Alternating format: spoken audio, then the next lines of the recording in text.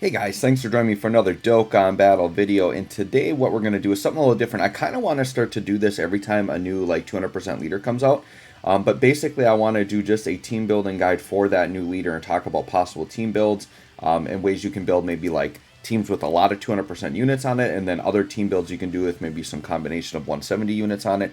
So if you're interested in knowing more about team building or what are good teams in Dokkan, I have a different video on my channel that I'll link to this where basically at the time I recorded it, I went over every 200% leader in the game and did team builds for all of them. And so then what I think I'm going to do moving forward is as 200% leads come out on global, I will do team building guides for each of those, and we'll see if this video does well. I'll continue that series out, right? So we're looking at Dokkanfest Raditz here, and his leader skill is Saiyan Saga or Pure Saiyans 170, and just the fact that he has Pure Saiyans is a really big pool of characters. And then Space Traveling Warriors get the extra 30%. So basically we need Space Traveling Warriors to get the full 200% leader skill for units that are also on Saiyan Saga or Pure Saiyans, right? Now, I did not pull for Raditz. I just did the global tickets and the discounts and did not get Raditz or Nappa, so I will be using some placeholder units. So if you look at my screen, you're like, why is Tech Raditz the leader? He's my placeholder. So this Tech Raditz is actually representing the Dokkanfest Raditz, so don't actually put this guy as your lead. But he's just there to symbolize that. So the first two team builds I'm going to show you guys are full 200% teams that I think are decent team builds. Now keep in mind, one disclaimer I'll always say with team building, there isn't one best team build that is good for every piece of content in the game. The thing with Dokkan that makes it interesting is that team building is a really important element of the game, and you have to always adjust your team builds based on the event. Sometimes you have to adjust it for type advantage, sometimes you have to adjust it to have certain category characters on the team, all different types of things, right? Sometimes you want floating support, but they're not strong enough to handle content.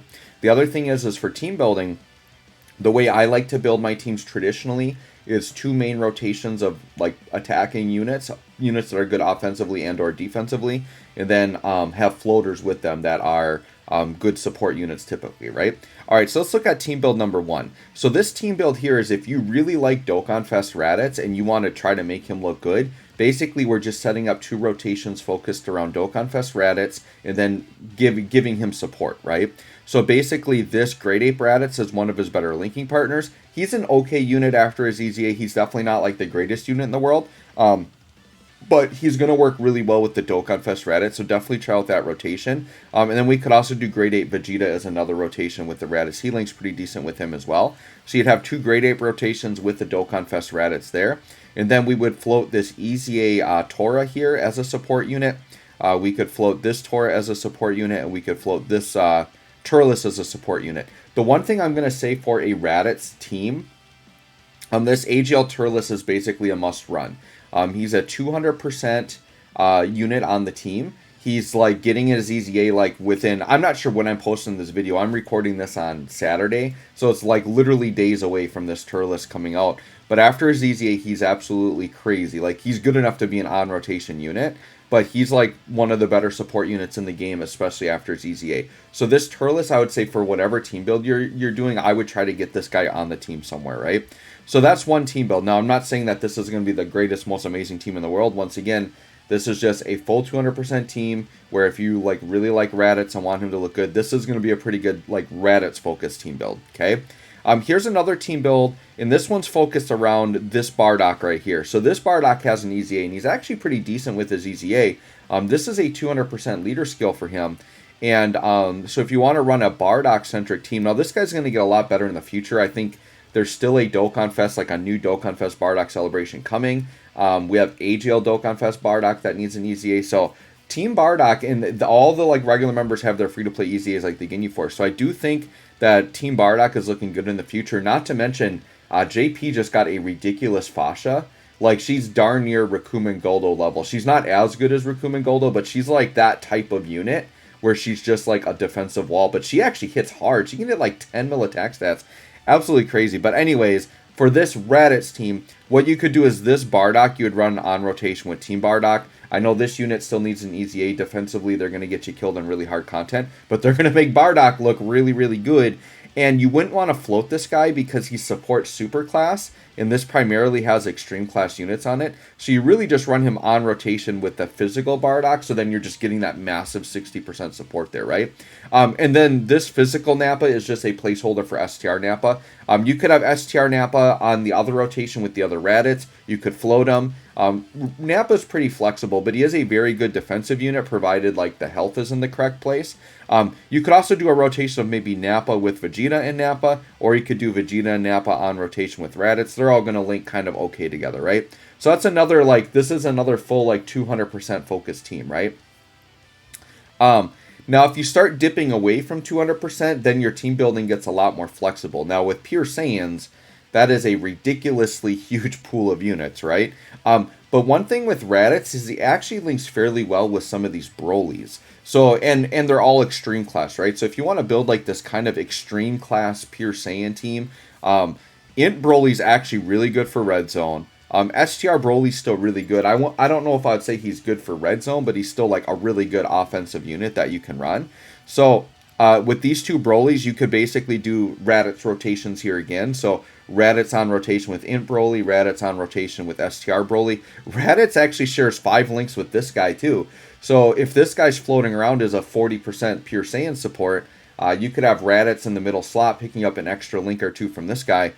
This guy defensively gets absolutely crushed, but he's going to get an easy A. I feel like very soon, actually. Like, I feel like the next time any type of Broly celebration shows up, this guy's going to get an easy A. So he's going to be a very good support unit at that time, right? So he actually links really well. Once again, the common theme, AGL Turles, like, pretty much like you put Raditz in as your leader, and then this guy's going in number 2, and then you build your team around that. Now, this guy's not extreme class, but I just put in a generic support unit here. You could put in any other type of support unit you want here. Another unit I would shout out here is like Heart Virus Goku. He's just a really good defensive unit you could throw on the team to have a little bit more tankiness there, right? Okay, so now the next thing I'm going to show you is, we'll just go into team here. We will just look at like this ridiculous pool. If we're just looking at Saiyan Saga Pure Saiyans, the other option, the way you build your team, is you just start with Raditz, and then you just go through this ridiculous pool of Pure Saiyans, and you just pick really good linking partners to throw on the team. So an example could be, you could do a UI Goku rotation, STR with AGL, right?